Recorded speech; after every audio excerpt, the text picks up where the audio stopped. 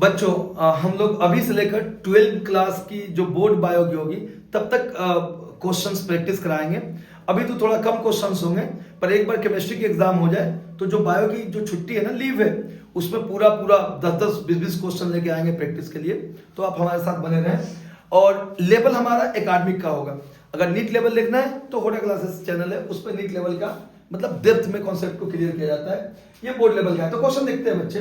Given diagram is the schematic representation of lake opening in E coli. Question को पढ़ने से पहले concept को समझते हैं बेटा। समझते हैं कि ओपनिंग क्या होता है। देखो, ओपनिंग एक सिंगल रेगुलेटरी यूनिट होती है। आमतौर पर क्या होता है ना, एक जीन एक प्रोटीन बनाती है, एक जीन एक प्रोटीन बनाती है, एक एंजाइम बनाती है। लेकिन जो ओपनिंग है ना, ओपनिंग का मतलब होता है कि ओपनिंग एक सिंगल रेगुलेटरी यूनिट है जो कई जीनों से मिलकर बना होता है और एक ही फंक्शन करते हैं। उसमें प्रोमोटर होता है, ऑपरेटर होता है, इनहिबिटर होता है, स्ट्रक्चरल जीन होते हैं। ये सब कंबाइन करके एक रेगुलेटरी यूनिट बनते हैं और इनको ऑपरेंड कहते हैं। ठीक है बेटा। यदि ये पूरा देखो, इसमें इनहिबिटर है, प्रोमोटर, ऑपरेटर और ये तीनों स्ट्रक्चरल जीन है, तो ये पूरा किसी एक काम के लिए बने हुए हैं। It is called operand system.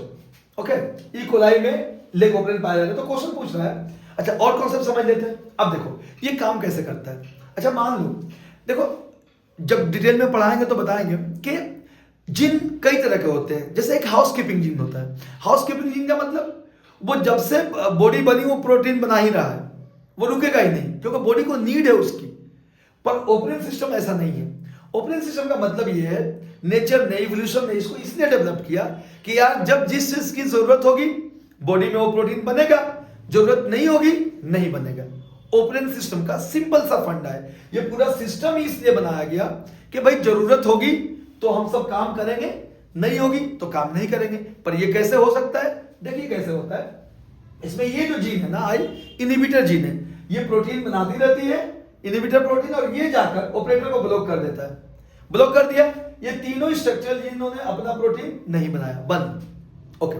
लेकिन जब जरूरत पड़ गई, जैसे ये तीनों जीन लैक्टोज की मेटाबॉलिज्म में हेल्प करती है, तो मान लीजिए मेटाबॉलिज्म आ गया सेल के अंदर, तब तो इन तीनों जीन को काम करना होगा। तो कैसे करेंगे भाई, क्योंकि ये प्रोटीन इनहिबिटर बनाती रहेगी और ऑपरेटर को ब्लॉक कर देगा।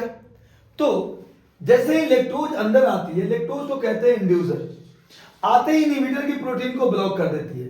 ये ऑपरेटर को ब्लॉक नहीं करता, और जब ऑपरेटर को ब्लॉक नहीं करता तो ये तीनों जीन अपनी अपनी एंजाइम बनाती है, ट्रांसक्रिप्शन करती है, उसके बाद ट्रांसलेशन होता है। जेड बनाता है बीटा गैलेक्टोसिडेज, वाई बनाता है बेटा परमिएज, और ए बनाता है, तीनों स्ट्रक्चर जीन है, ट्रांस एसिटाइलेज। ये तीनों लैक्टोज के मेटाबॉलिज्म के लिए नीडेड है एकदम। तो अब लैक्टोज तो आ गया है, तो ये तीनों काम करना भी शुरू कर दिए, क्योंकि लैक्टोज ने यानी इंड्यूसर ने ब्लॉक कर दिया इस प्रोटीन को। अब ये बीटा गैलेक्टोसिस हाइड्रोलाइसिस ऑफ लैक्टोज कर देगा, यानी लैक्टोज को ग्लूकोज और गैलेक्टोज में तोड़ देगा। ठीक है, मेटाबॉलिज्म हो रहा है ना लैक्टोज का। अच्छा, परमिएज एब्जॉर्प्शन में हेल्प करेगा। ट्रांस एसिटाइलेज का फंक्शन एनसीईआरटी में नहीं लिखा है। वैसे ये एसिटाइल को एंजाइम ए को बीटा गैलेक्टोसिड में ट्रांसफर करता है, ये मैं अलग से बता दे रहा हूं। ये को एंजाइम ए को, एसिटाइल को एंजाइम ए को बीटा गैलेक्टोसिडेज में ट्रांसफर करता है, पर एनसीईआरटी में इसके फंक्शन को नहीं लिखा, इन दोनों के फंक्शन को लिखा है। ठीक है, तो ये काम करता है। ठीक है, और इस तरह लैक्टोज का कंप्लीट मेटाबॉलिज्म हो जाता है। इसका मतलब ये हुआ कि यार जब तक लैक्टोज आएगा तब ये तीनों स्ट्रक्चर इन फंक्शन करेंगे, नहीं आएगा तो नहीं करेंगे। एक एग्जांपल दो ना यार, जैसे मैं हूं, तो मैं यहां पे 4 बच्चे बैठे हैं, तो एक बच्चा को मैं पकड़ ले रहा हूं। मुझे अगर मन कर रहा है कि कोई काम कर रहे हैं, ये तीनों, कोई 3 लोग हैं, कुछ काम कर रहे हैं, एक्टिविटी कर रहे हैं, मैंने एक बच्चे को पकड़ लिया, वो बच्चा इन तीनों का हेड है, उसने तीनों को मना कर दिया कि काम ना करो। ठीक है, पर अगर कोई आया हमसे ऊपर प्रिंसिपल और काम करवाना चाह रहा है तो मुझे पकड़ लेगा। जब मैं पकड़ लिया गया तो हेड फ्री है, फिर वो तीनों से काम करवा लेगा। एग्जैक्ट वही है। जब तक लैक्टोज नहीं आती इंड्यूसर, तब तक तो ये प्रोटीन इनहिबिटर बनाती है और ब्लॉक करके इन तीनों को रोक देती है। पर जैसे ही लैक्टोज आ जाता है इंड्यूसर, वो जो इनहिबिटर है उसको ब्लॉक कर लिया, तो ये तीनों अपना अपना फंक्शन करती है। और इस तरह लैक्टोज का मेटाबॉलिज्म हो जाता है। इधर देखिए, अब क्वेश्चन आप देखते हैं, name the inducer and its role in the given operation. भाई इंड्यूसर कौन है इसमें? लैक्टोज। रोल क्या है? इनहिबिटर प्रोटीन को ब्लॉक कर देता है। Now looking at the diagram, tell how many enzymes are required for breakdown of lactose in E. coli।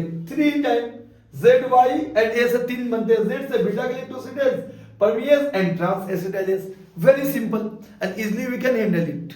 Good. Okay, अब नेक्स्ट क्वेश्चन देखते हैं।